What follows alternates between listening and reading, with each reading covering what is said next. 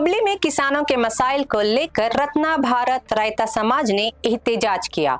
इस एहतजाज की क़ियादत महादाई तहरीक के रहनुमा और रत्ना भारत रायता समाज के हामी नायब सदर हेमना गौडर बसना गौडर ने की।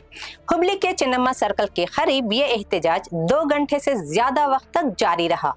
महादाई मंसूबा शुरू करने समेत किसानों के मुख्तलिफ मुतालिबात पूरे करने का मुतालिबा किया। किसानों ने फसल के बीमा की रकम देने, फसलों के नुकसान का मुआवजा फराहम करने और फसल के बीमा की रकम साइंसी तरीके से तय करने का मुतालिबा किया।